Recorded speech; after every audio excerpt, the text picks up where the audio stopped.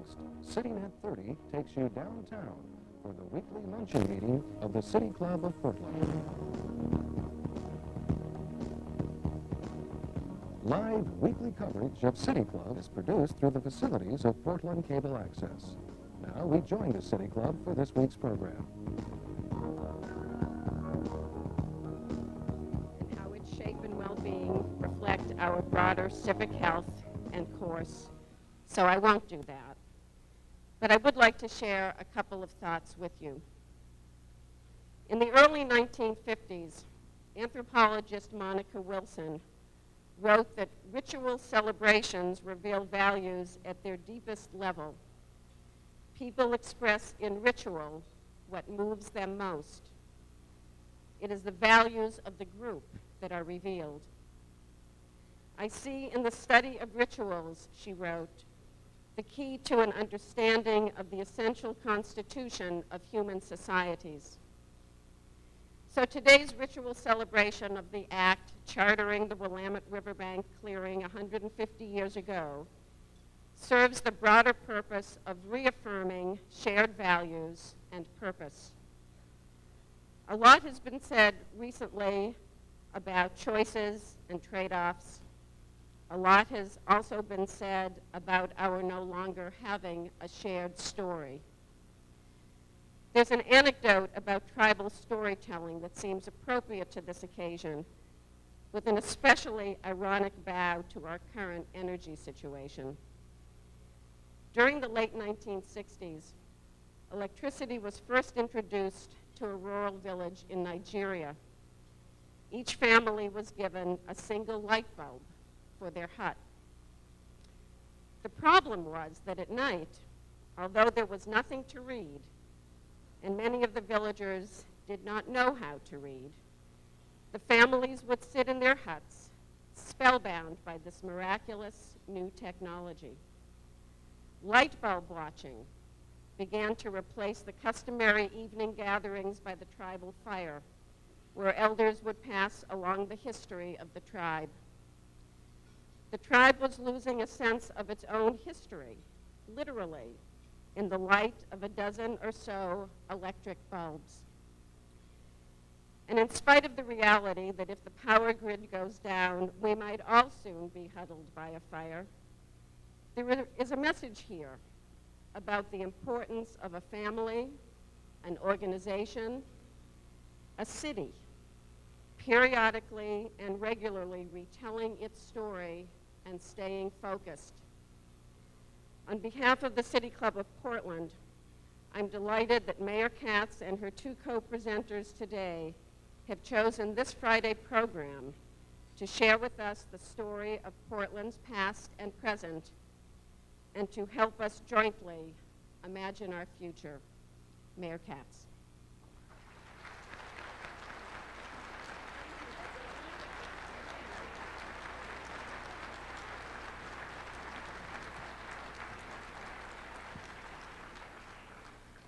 Thank you, Harriet, and for your kind introduction. It's a wonderful story. And again, thank you to the City Club for giving me this opportunity. Let me first welcome Mayor Alexander Sokolov, Mayor of Khabarovsk, our sister city in Russia. He's here. Would you please stand up, Mayor?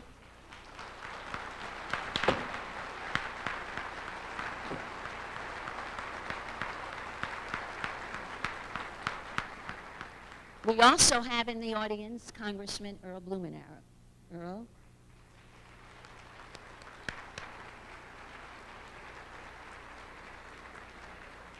And City Council members, Francis Scone, Jim, Dan Salzman, Commissioner Eric Sten, and Auditor Gary Blackmer.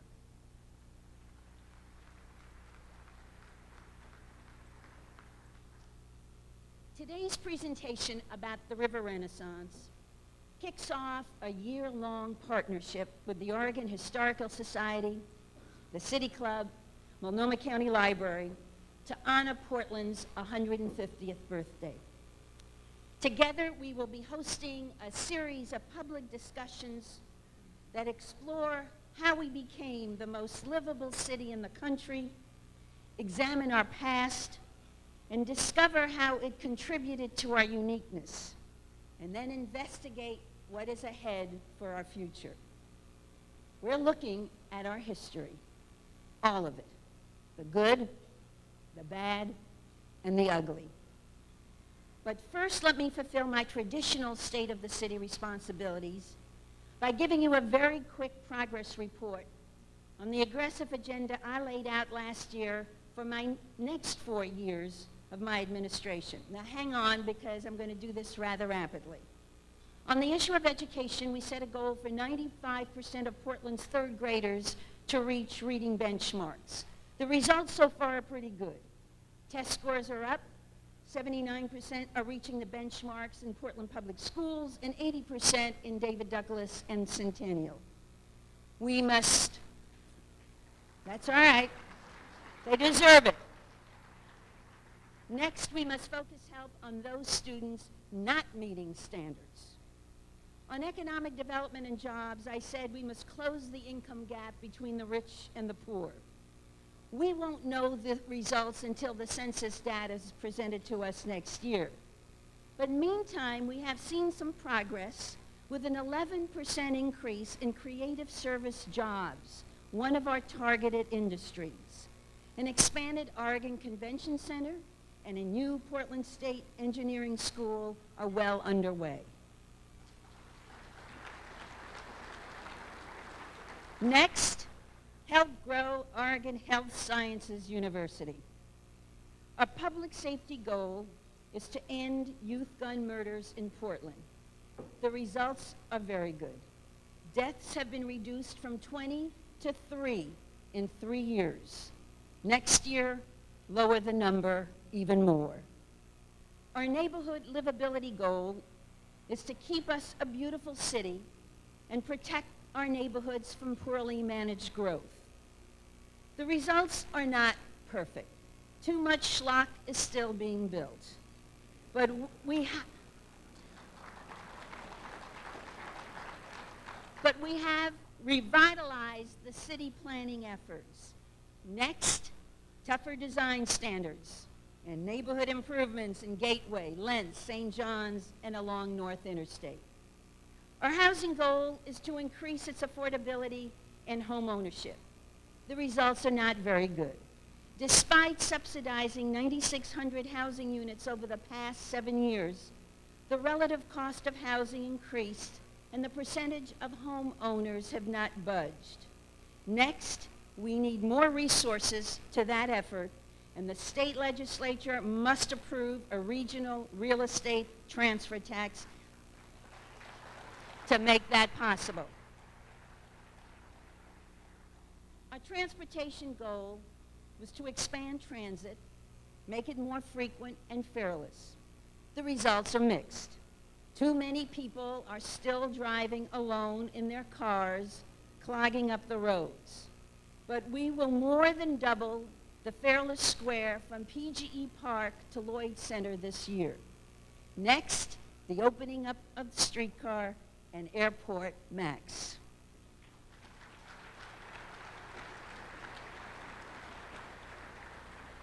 Last year, we made great strides in our goal to strengthen our diversity with excellent results. A new ordinance adding gender identity protections and a domestic partner registry.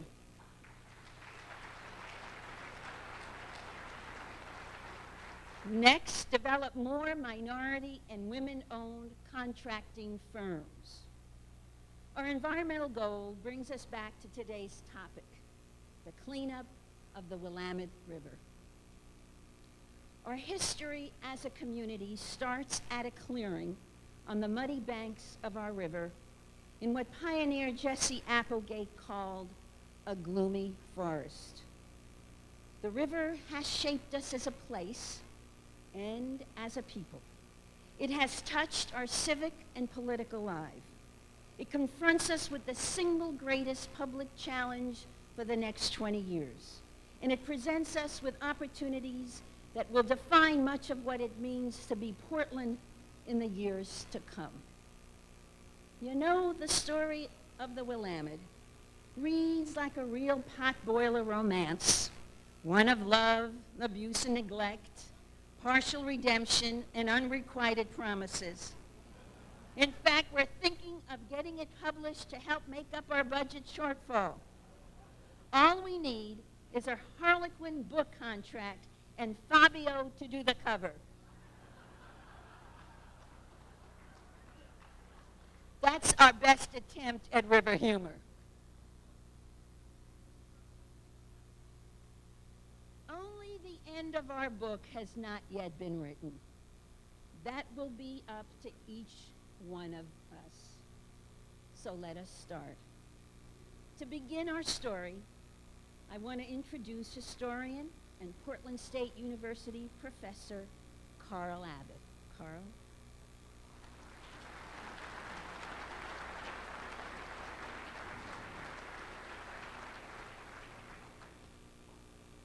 Thank you, Vera. I'm delighted to be part of this program about the river renaissance and the city's role because it's rivers that have made Portland. Rivers were the avenues of exploration, pathways for settlement, arteries of commerce that made and still make Portland the commercial gateway to the American Northwest. Both Native Americans and the first European American visitors traveled by water. They found low, sandy islands separated by shallow channels from tangled bottomlands, backed by rising hills or bluffs, examples being Ross Island and Oaks Bottom. Marshes fronted the banks where streams reached the Willamette through Sullivan's Gulch and Markham Gulch. When the Europeans arrived, thousands of Chinook-speaking villagers lived where it was easiest to harvest fish and waterfowl, especially Sauvie Island, the adjacent Multnomah Channel, and the mouth of the Clackamas River. The future heart of Portland, in contrast, was little more than Oregon's first highway rest area. Native Americans and fur trappers had cleared a dry, sloping bank on the west side of the Willamette, roughly halfway between Fort Vancouver and Oregon City. It was a good spot to cook a meal or repair equipment. Jesse Applegate later remembered that we landed on the west shore, and we went into camp on the high back where there was little underbrush. No one lived there, and the place had no name. There was nothing to show that the place had ever been visited, except for a small log hut near the river and the broken mast of a ship. There was no prophet to tell of the beautiful city that was to take the place of the gloomy forest. As the California gold rush created a booming San Francisco market for Oregon wheat and lumber in the 1850s, newly settled Portland struggled to establish itself as the head of ocean-going navigation on the Willamette River, beating out the rival claims of towns such as Milwaukee and St. Helens. In the rest of the 19th century, commerce paralleled the Willamette. Ocean-going vessels connected Portland to the world, while smaller river steamers ranged upstream to Corvallis and Harrisburg. Riverboats even reached up the saffron-colored Yamhill River to Lafayette and McMinnville. Columbia River steamers and railroads made the young city the bustling entrepot for the vast Columbia Basin. Lumber and grain schooners crowded the banks of the Willamette to take on cargoes for California markets. Lumber mills, flour mills, and packing plants soon followed.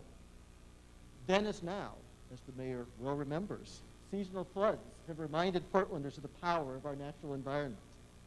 They built the city's wharves, in fact, on two levels, one for low water and one for high. And the Great Flood of 1894 helped to push downtown way uphill to 4th and 5th and 6th.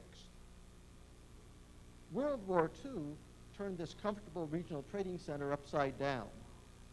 It was a sudden boom town, another Leadville or Virginia city with defense contracts in place of gold and silver mines. And the cause, of course, was riverside shipbuilding. Tycoon Henry Kaiser, fresh from helping to build Boulder and Grand Coulee dams, opened the huge shipyards at St. John's, Swan Island, and Vancouver. At the peak in 1943, metropolitan Portland counted 140,000 defense workers who built more than 1,000 ocean-going combat craft and liberty ships.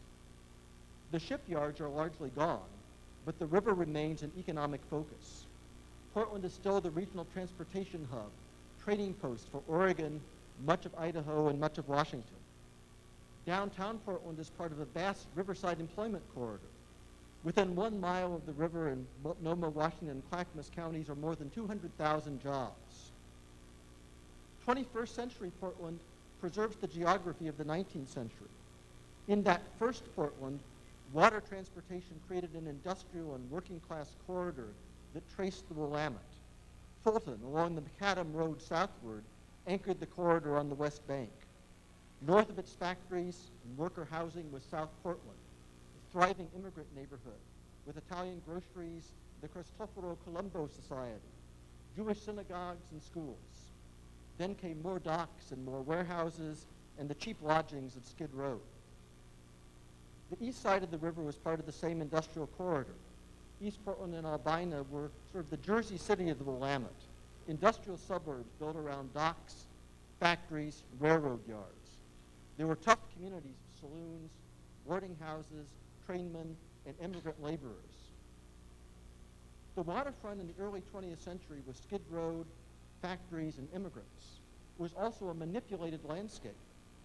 Dredging and fill extended the Willamette River shoreline, turned wetlands into real estate. Southeast Union Avenue, now Martin Luther King Jr. Boulevard, originally ran on pilings over mudflats. The Northern Pacific Railroad filled Cooch's Lake for rail yards and now for the housing of the river district. The Port of Portland straightened the Willamette River at Swan Island in the 1920s, shifting the channel from the east side of the island to the west and attaching the island itself to the east bank. The renewal of Portland as an international port since the 1970s has continued some of the land use trends first identified in the 1910s. Portland's heritage as a river city is clear in both its landscape and its economy.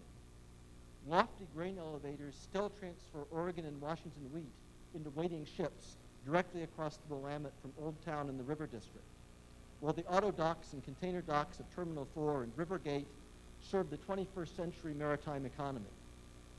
The Union Pacific Railroad smokestack, surviving from the 1880s, signals the riverside industrial zones that city policy continues to protect. And much of Portland's ambition to be a global city continues to depend on the ships that furrow its waterways and send their wakes lapping ashore at Sauvie Island and Kelly Point.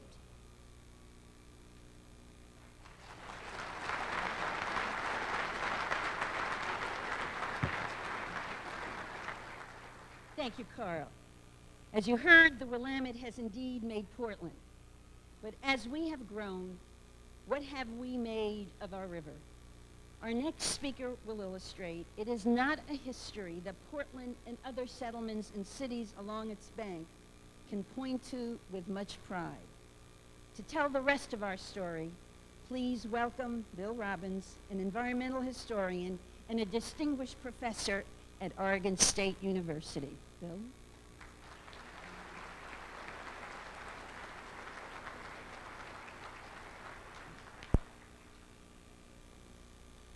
Thank you, Vera Katz, and I'm especially appreciative to speak here this afternoon on the 150th anniversary of the founding of Portland. Portland is a natural community, boasted the Portland Oregonian in January 1888. Both in a physical and a commercial sense, the growing metropolis on the lower Willamette enjoyed advantages of position by river, rail, and ocean. That special geography prompted Reed College historian Dorothy Johansson to call Portland Gravity City. Portland's commercial community followed suit, accepting as an article of faith that nature's boundless wealth would follow the natural gradients of the Willamette and the Columbia River to Portland. All roads lead to Portland, the Oregonian proclaimed in 1899. As naturally as water runs downhill, does the produce of the interior seek a market through Portland. To take advantage of the city's strategic position, the Oregonian offered up a utopian vision of a future industrial complex lining the banks of the lower Willamette. But for Portland to develop as a processing center meant improving transportation on the Willamette system.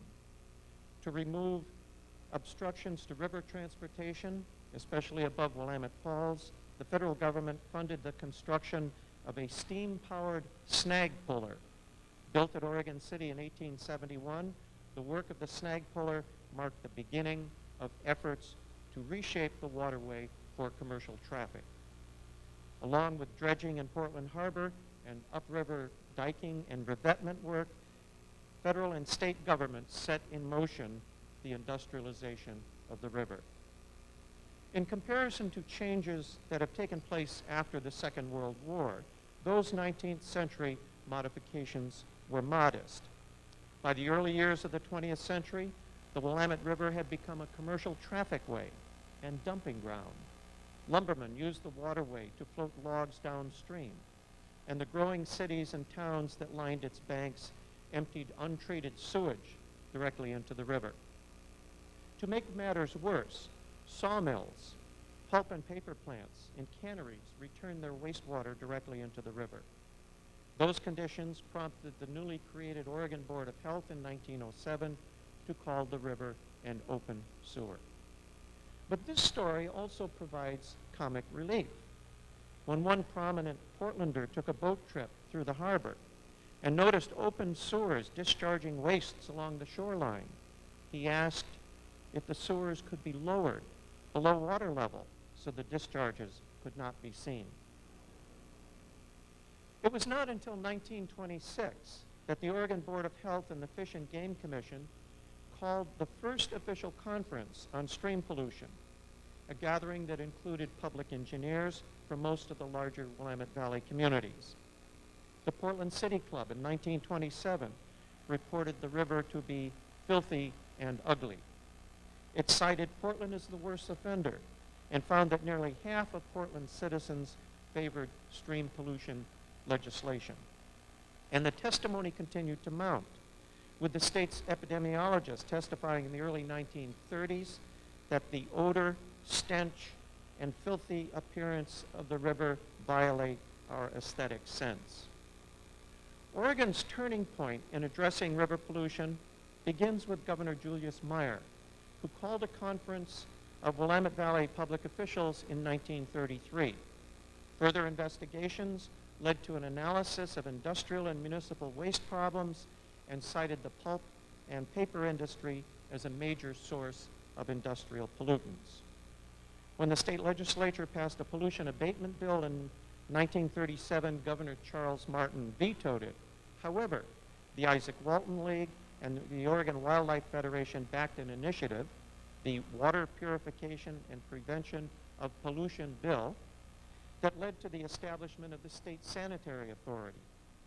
But state legislators still dragged their feet on implementation, municipal governments procrastinated, and industries continued indiscriminate dumping. As you can tell, there are a few heroes to this story. Another 30 years would pass before significant numbers of fish could survive passage through Portland Harbor in late summer. While all bets were off during the Second World War, it was not until 1950 that the State Sanitary Authority gave pulp mills 2 years to cease dumping sulfite pulping liquors into the river. There were still other problems, especially the painfully slow actions of town and city governments installing primary and secondary sewage facilities. It is important to know that what happened upstream always affected the river as it flowed through Portland. And that brings me to the Willamette Valley Project and the multi-dam scheme that would turn the river into a rationalized, mostly regulated waterway. The several dams built on the Willamette system between 1940 and the 1960s have diluted pollution, especially in the Portland Harbor area, providing a technological fix to a vexing problem. Tributary dams store seasonal precipitation, which is released during the summer and early fall months to maintain a relatively even flow in the main river, a procedure that flushes contaminants downriver and out of sight, or so we think. The dams have changed the valley in still other ways. They block salmon and steelhead runs, and the water impounded in the reservoirs keeps most seasonal floods from our cities and farmland. In her 1972 article in National Geographic, Ethel Starbird praised the work of Governor Tom McCall and his cleanup of the Willamette River.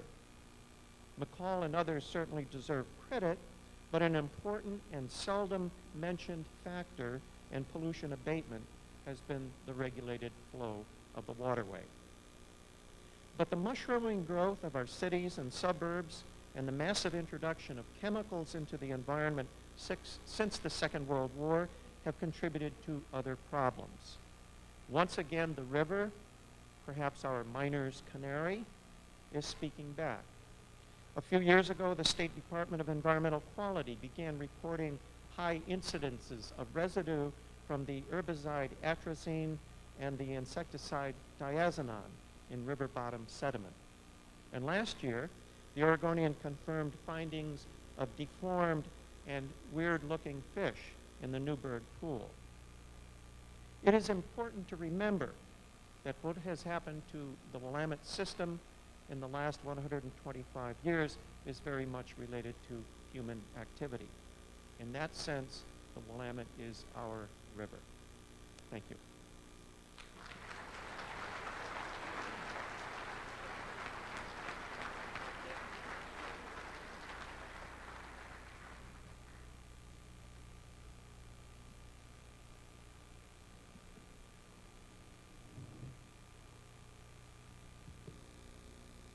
Thank you, Bill. For over a generation, we lived with the myth that we honor and care for our Willamette River. But it's time to look at our history straight in the eye and admit the sad truth. A disfigured and sickly river still runs through Portland. The degradation of the Willamette and its watershed is a sour legacy for our city. We have dammed it and diked it, filled it and diverted it, choked off its tributaries and paved over much of its watershed, floodplains, and habitat. We've used it as a ditch, as a dumping ground, and a sewer and waste conveyor. And as we've just heard, despite decades of river stench, it took a statewide initiative in 1938 to force Portland and other cities to build sewage treatment plants in the 1950s. And in the 1970s, Governor Tom McCall and the federal government forced local industry to reduce toxic discharges and ban DDTs and PCBs, even though their dangers were known years before. And it was only after a 1991 lawsuit by the Northwest Environmental Advocates under the Federal Clean Water Act that the city was compelled to end its sewer overflows, even though it was no secret that Portland's raw sewage flowed into the river, especially on rainy days. And it took the Endangered Species Act listing of local fish in 1998 to spur us to get serious about restoring riverbank fish habitat, even though we knew that the number of spring Chinook at the Willamette Falls plummeted 71% between 1990 and 1995.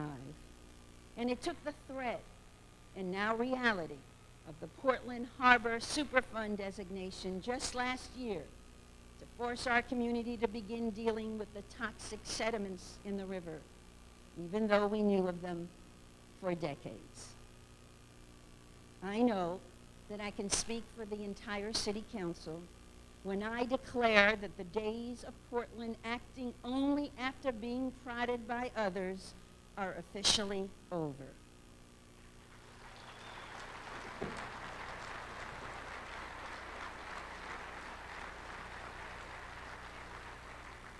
We are committed to lead the way and not just follow to clean up our portion of the Willamette River.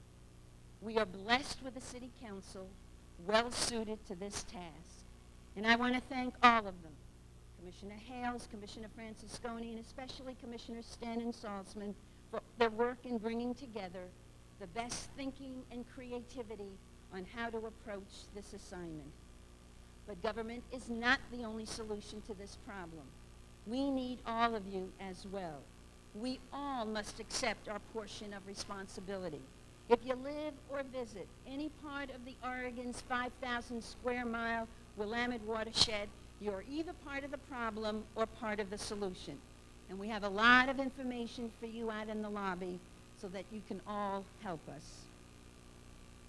The foundation for our stronger commitment to the Willamette watershed is the new River Renaissance vision. Over the past 4 months, over 1,000 Portlanders worked to find new ways to manage the competing interests of the Willamette and its tributaries. Its call for action is based on solid scientific foundation and clear environmental, economic, and community needs. And it will have benchmarks that we can measure. Somewhere out there, there are 5 young people who participated with us. Jordan, Allison, Elise, Joe Britton. Where are you? Would you stand up?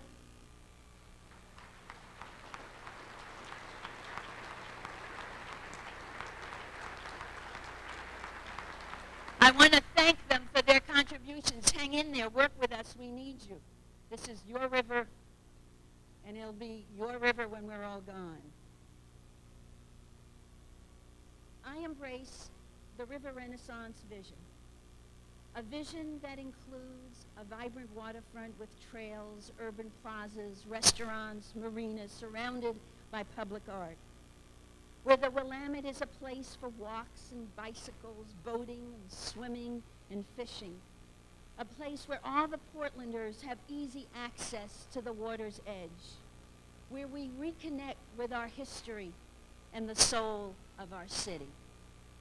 It's a vision where the river is clean and healthy for fish, wildlife, and people, with restored habitat, clean water, and abundant salmon.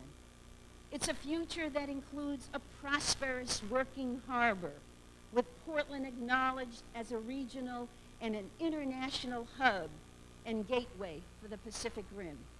And it's a future built on goodwill, dynamic partnerships, creative resources, and dedication of many parties and interests: public, private, community, corporate, local, state, and federal. We now have the River Renaissance vision. We know what we have to do. We need a vehicle to achieve it.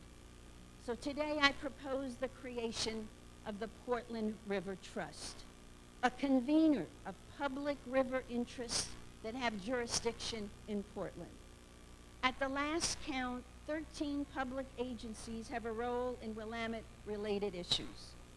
I will bring them to the table to identify creative, cost-effective solutions, and at every turn, we will prod each other to bust through bureaucratic log jams instead of building them.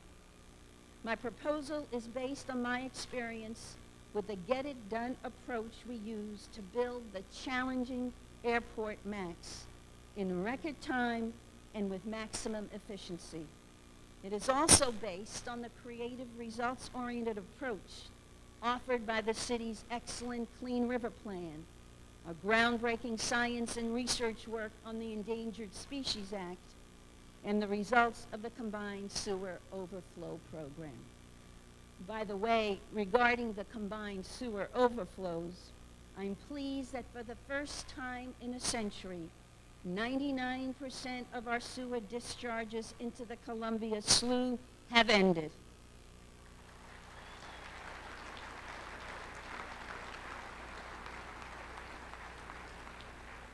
And we passed the halfway mark in reducing outflows citywide.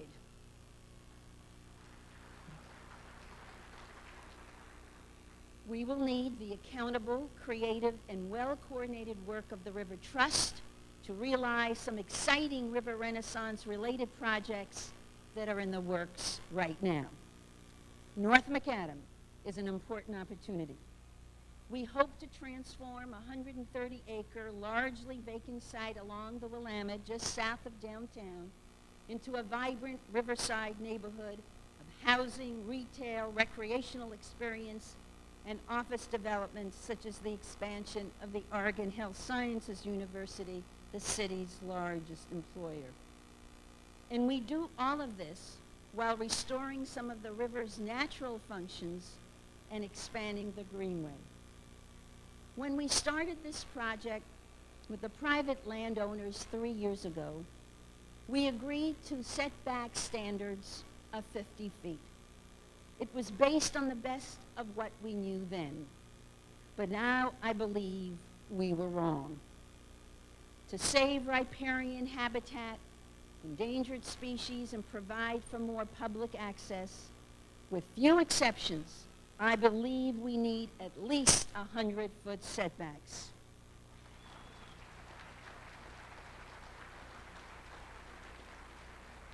I'm convinced we can both provide for wider setbacks and still develop North Macadam to be economically viable. In doing so, we will all live up to our responsibilities to create a new Central City neighborhood that is livable, prosperous, and environmentally sustainable. On the riverbank setback issue, city government must lead by example. And so we are. The new police horse barn in the River District will be set back 100 feet from the river's edge. And just yesterday, late afternoon yesterday, I got an email that allows me to say this to you, because it wasn't in part of my speech, that at Terminal 1, it's a site of former shipping dock, a developer intends to incorporate a 100-foot average greenway setback. And so I urge the port and the city staff and the developer to work together to make it a reality.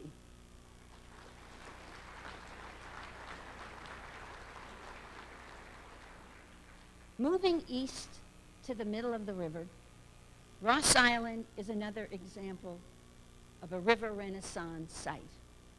Imagine a restored Ross Island with parks and open space where the lagoon is a sanctuary for wildlife and a place where non-motorized boats can sail or row. Over the past 2 years, I had a series of meetings with Dr. Bob Hamplin regarding the future of our community. These conversations heighten our desire for the city of Portland to achieve public ownership of this valuable asset and guide the destiny of this section of our river. So while there are still many details to be agreed upon, I am pleased to announce today that it is Bob's intention to convey Ross Island to the city within my term of office.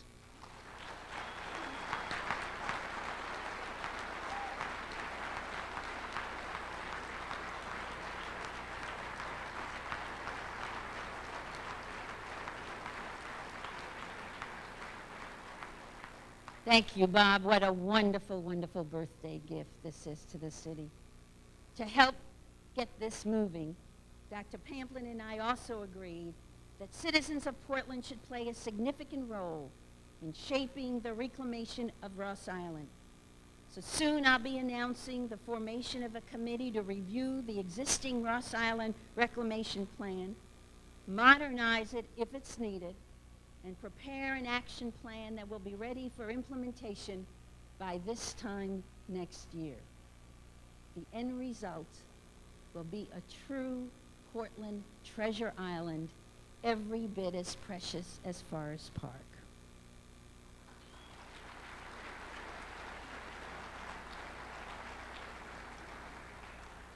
Another river renaissance opportunity is East Bank I-5.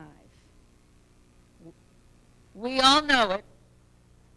It's like having the Berlin Wall dividing East and West, all with the subtle charm of the Daytona 500, smack dab in the middle of our city. The opening this summer of the East Bank Esplanade Park between the Hawthorne and Steel Bridges will give us more access to the river, but it is only a partial answer. We must remove the I-5 barrier.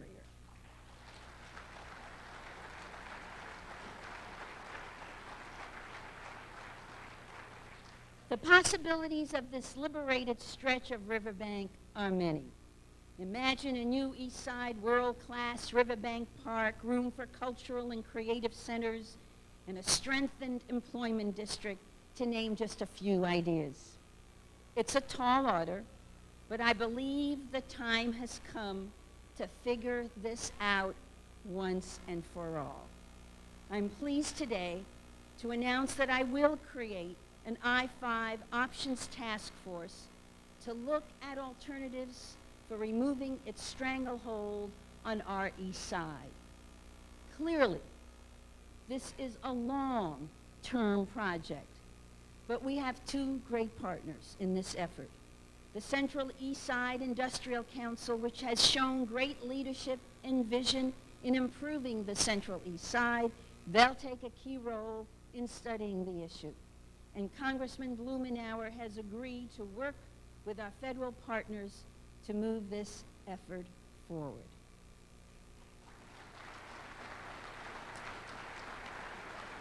Congressman, thank you. Further downstream, our district with a name as beautiful as the Rose Quarter should have as good a design to match. Cut off from the river by the railroad tracks and grain elevators, we are master planning its new future to embrace the river and reconnect it to its surrounding neighborhoods. Further north, the Port of Portland's Terminal 4 is an opportunity to put into action the part of River Renaissance vision that calls for a working harbor. We all believe that commercial interests and natural areas can coexist and flourish. This 100-acre vehicle dock and distribution center is about to be redeveloped to accommodate Toyota's auto import facility and retain 200 quality jobs in North Portland. At the same time, this redevelopment can accomplish two reclamation objectives. The large parking lots can create swales to filter stormwater runoff and provide wetlands for birds.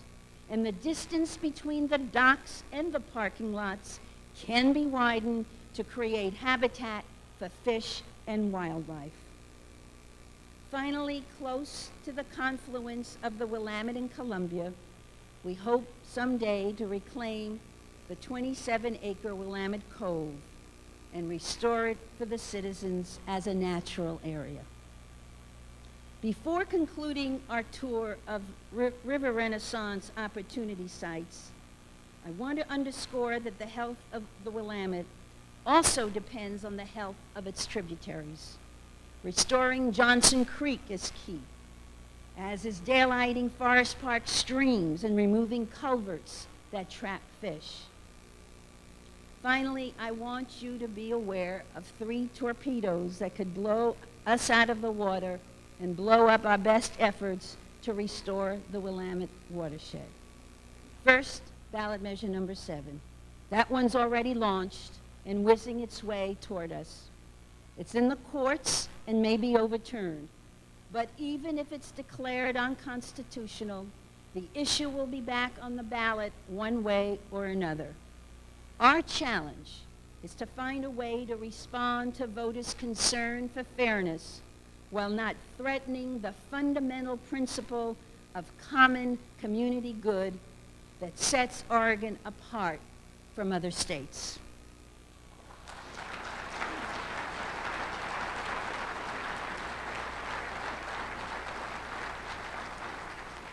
The second torpedo is still under construction. It comes in the form of a draft bill quietly being circulated by a group of riverbank property owners. They seek to exempt themselves from paying hundreds of millions of dollars of local property taxes and instead to use those funds to cover the cost of cleaning up their polluted properties. Not quite fair. And if this bill is approved by the legislature, I will urge the governor to veto it.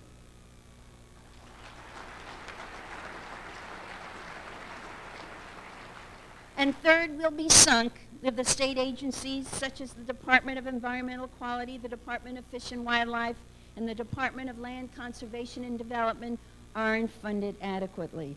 The legislature must give them the tools to do their work. All told, what I have laid out today is once again a challenging agenda, but it is also a very rewarding one. There are few things more worth doing than giving back what we have taken from this river for 150 years. On the advent of our sesquicentennial, we have within our grasp the opportunity for a Portland Renaissance that starts at the muddy banks of the Willamette, where people first gathered in the clearing to form the community that would become Portland. It can be a renaissance that gives us greater meaning to Portland's promise to be the unique place on this planet where a larger growing city and nature coexist and support each other, where our built environment and our daily activities are testament to an intellectual, artistic, industrious, and caring spirit that sustains a timeless harmony, the harmony of the city in nature and nature in the city. In closing, I want to quote Oregon poet Lawsome Inada, who tells the story of immigration, wartime deportation, and return. His work is engraved in the granite slabs of the Japanese-American Bill of Rights Memorial at the north end of Tom McCall's Waterfront Park. His poem begins with the hope I have for our future, our river, and ourselves. Mighty Willamette, beautiful friend, I am learning. I am practicing to say your name. So let us all practice to say her name anew. Mighty Willamette, beautiful friend. Happy birthday, Portland, and thank you, the City Club.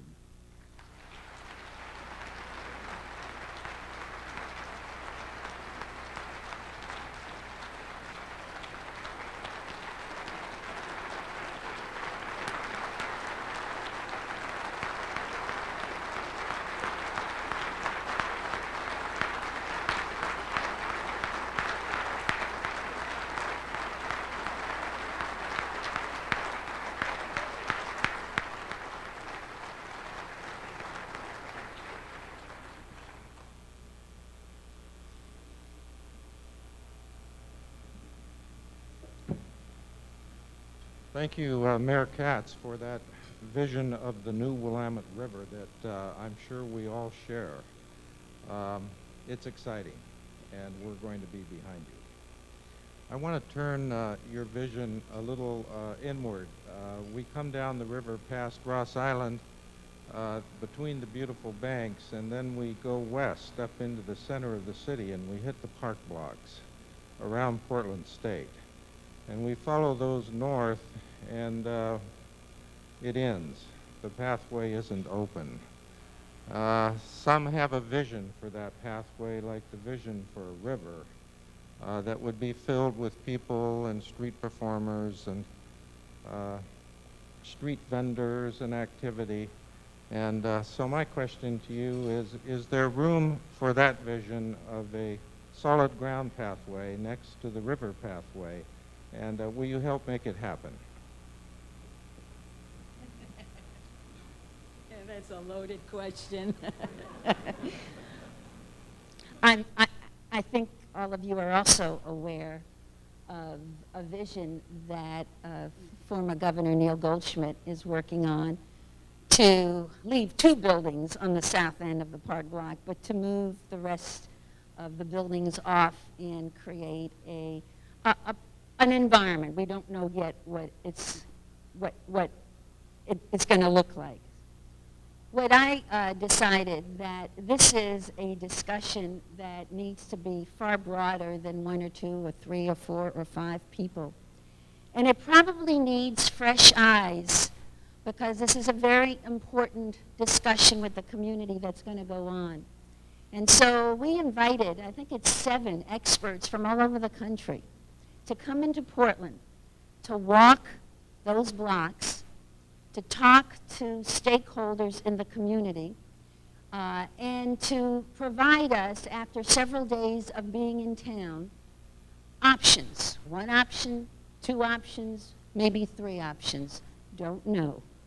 And then when we decide, at least this small group, which option really becomes very attractive for this community, then we'll open it up for further discussion with even a broader stakeholders in the city. So I am willing to look at those options. Quite frankly, I haven't made up my mind on it. If I did, I wouldn't be asking 7 experts to come into town and help us explore this. But it's a wonderful vision that will grow over time.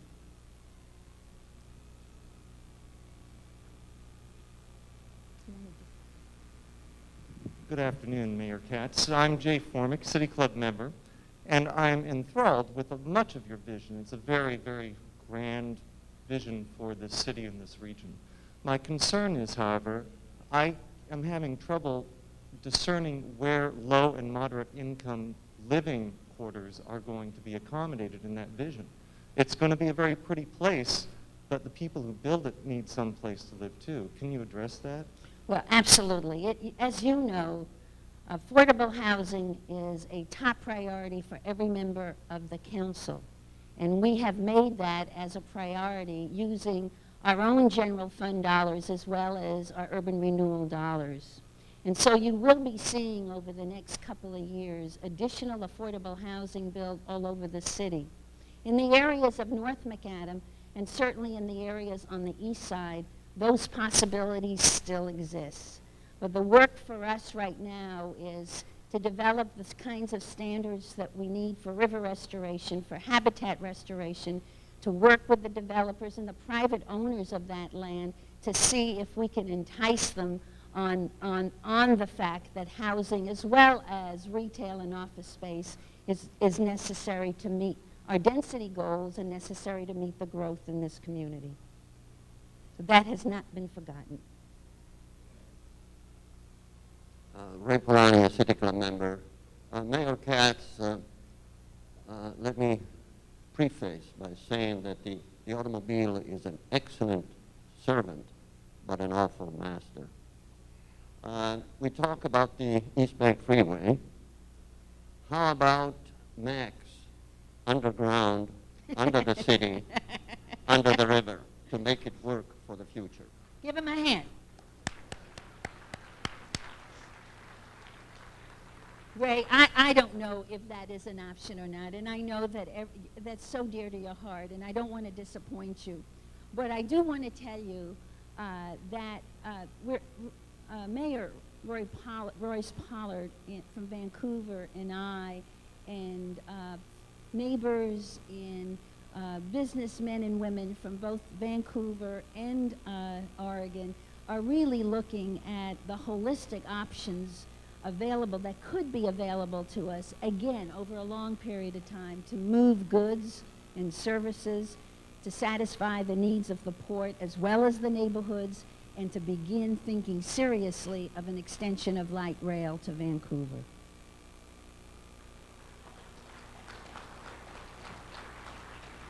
Mayor Bruce Broussard, member, I thought the presentation was just great. As far as I want to take a page out of your opening, and you said that we had the most livable city here one of the most livable cities here in this country. Well, Norma, my wife, and I have really enjoyed the city of Portland. But the concern that I have are those who are forgotten, who are left behind. I woke up Sunday morning reading the Oregonian, and when Mr. Steve Dean writes an article that cites out the issue of the crisis that we have in our school system, especially those who are left behind. I'm talking about minorities, Latinos, specifically African Americans. As you know, Ron Herndon, some 10 years ago, brought this issue up about the concerns that we have for those individuals, the poor and those minorities. And to this day, we have the same problem. In fact, Steve Dean criticized the demonstration Monday at the school board.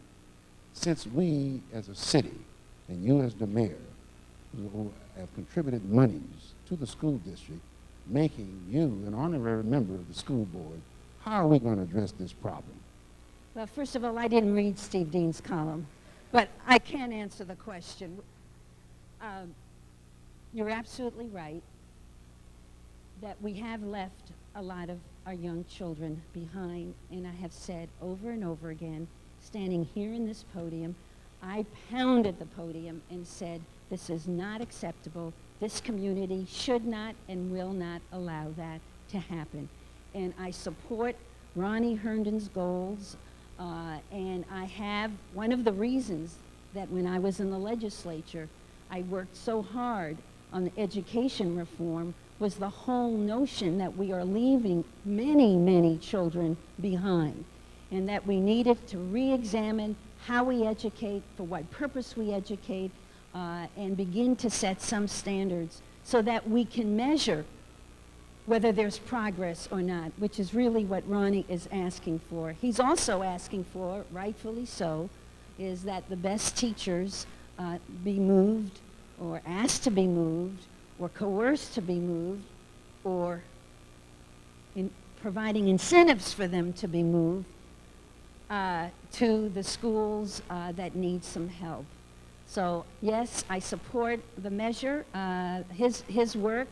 I think Ben and the school board have gotten the message loud and clear, and I hope that we'll see progress in very, very short time. You do know, and you did mention it, that the city did provide money for the school districts in Portland, especially to help young people read, learn how to read.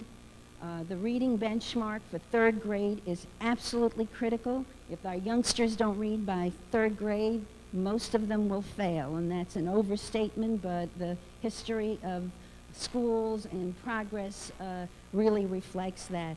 And the Leaders Roundtable, leaders of this community, have taken a pledge that that will be a top priority to make sure that every third grader knows how to read and meets the SIMS standards for third grade reading.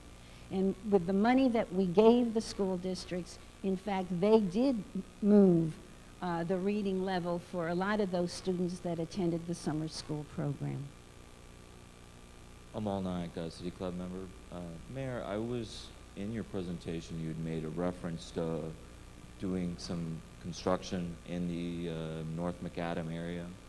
If you could just explain where your thoughts are on building a tram up to OHSU through that historical district? Yeah. Yes, excuse me? Since there was a couple of people outside, I wanted to get your thoughts on that. Yeah, I saw them outside. Several years ago, somebody looked up and said, you know, it would be a wonderful method of transportation if we could take a lot of the cars off the roads and build a tram down to North Macadam, and then provide opportunities for the Oregon Health Sciences Center to expand in this city, in North Macadam, as opposed to Hillsborough. Not that I have anything against Hillsborough, and we work very closely with Hillsborough. But my responsibility as mayor is to try to be in front of the next economy, just the way we did on the creative services. And because of the work we did on creative services, we've really expanded that industry. The next one is biosciences. And it is important that we have the ability to provide quality jobs and link ourselves not only to PSU, which we have and we will continue to. Dan, I'm not going to abandon you, but also to the Health Sciences Center. And one of the recommendations from the Health Sciences Center is the notion of building a tram. We haven't reviewed it yet. I haven't seen a full presentation yet. We are in the process now of trying to build a timeline for their master planning, and only time will tell whether this makes sense, whether this is viable, and we'll just see. So I hope that answers your question. Maybe next year I'll be able to answer it more fully. Hi, Lee Weinstein, City Club member. Hi, Thank Lee. you for your speech today, and congratulations to you and the members of the council for your leadership and hard work on the Willamette River vision you outlined.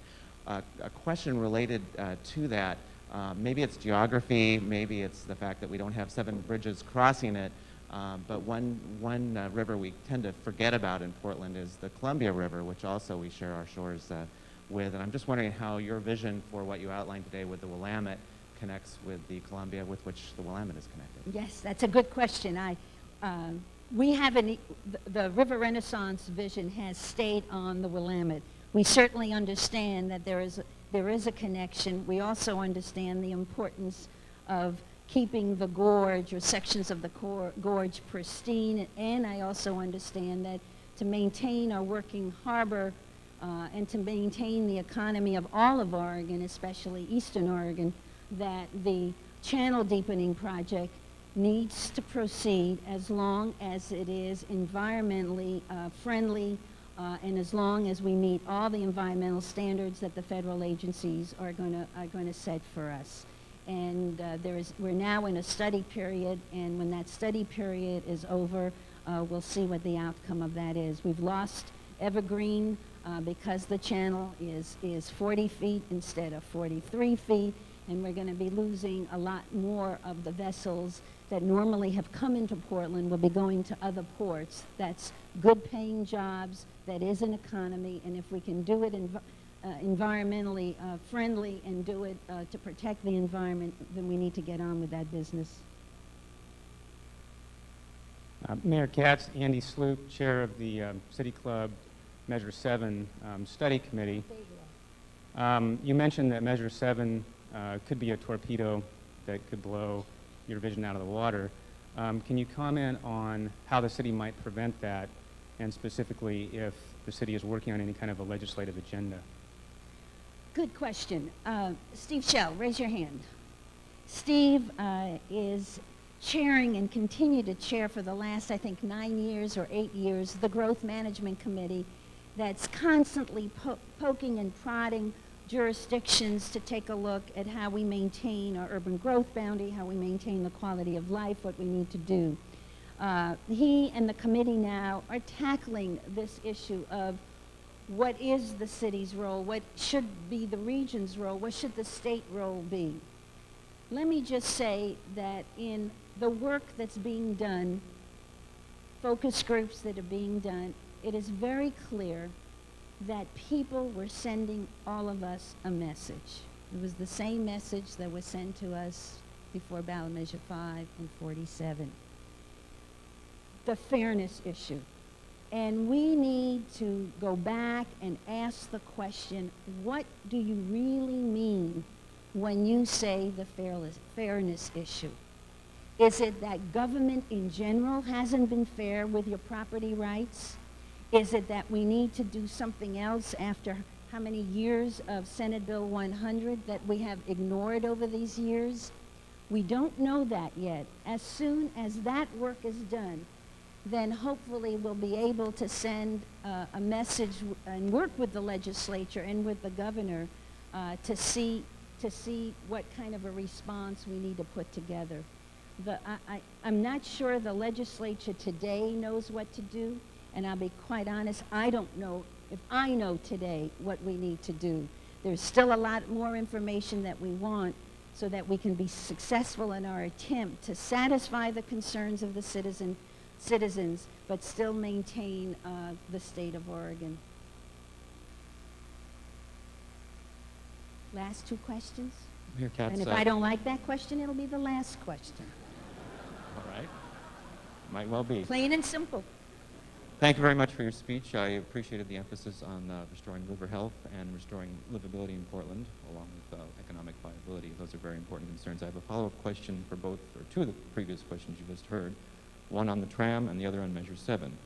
The neighborhood, Homestead neighborhood has voted strongly against endorsing this tram proposal, and you are probably doubtless aware of a lot of people in both neighborhoods who are affected by this have strong opposition to it as well. Is it the position of this administration that we aren't going to sacrifice livability in Portland to the needs of this employer, OHSU, given that we're going to be blocking one of the most highly rated views in Portland and presenting safety dangers and also not solving traffic problems? And how do you feel about this issue? No, I don't ignore neighborhoods. I don't ignore citizens. We may at some point disagree, but quite frankly, for me today, it's much too early to answer that question and to respond. I haven't been briefed at all. A lot of the questions have no answers yet, and I'm waiting. And I'm waiting to sit down with OHSU to get a full briefing. Good afternoon, Mayor Yes. Katz. You presented us with quite a thrilling vision for the future. In the past year, you also had another vision for the development of the city, and that was the capping of I-205. What's Yes. up? Now, remember, I said then, and I say it today, that the capping of I-405 and the East Bank and even the river is a long-term project. I said it then, and I say it now. We have a final report by a task force that worked a year on it. They have reported to me that it is very doable. They are recommending, though, that we probably need to wait until the value of the property adjacent to the freeway rise in cost. I can tell you that it probably is, because there are telco hotels that are beginning to look at developing around that particular area.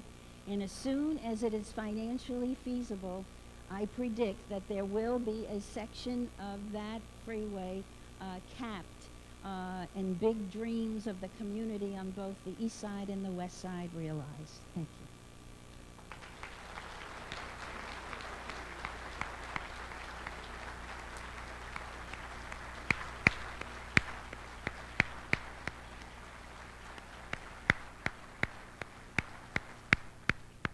On behalf of the City Club of Portland and a grateful city, I would like to thank Mayor Katz and Professors Abbott and Robbins for sharing their thoughts with us today. Thank you all. We are adjourned.